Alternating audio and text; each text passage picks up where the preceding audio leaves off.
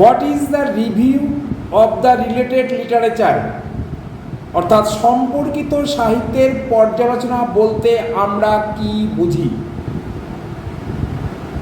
সমস্যা সম্পর্কে অতীতে প্রকাশিত কোনো গবেষকের কাজ সম্বন্ধে এই অংশটি বর্ণনা ও বিশ্লেষণ করে।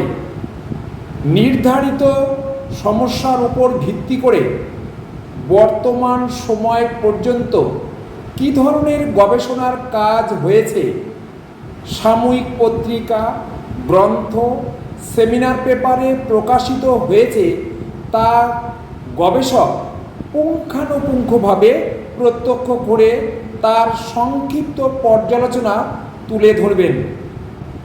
এর পরিপ্রেক্ষিতে গবেষক তার নির্ধারিত সমস্যার কোন দিকটির প্রতি বিশেষ দৃষ্টি নিক্ষেপ করবেন তার একটি আভাস দেবেন।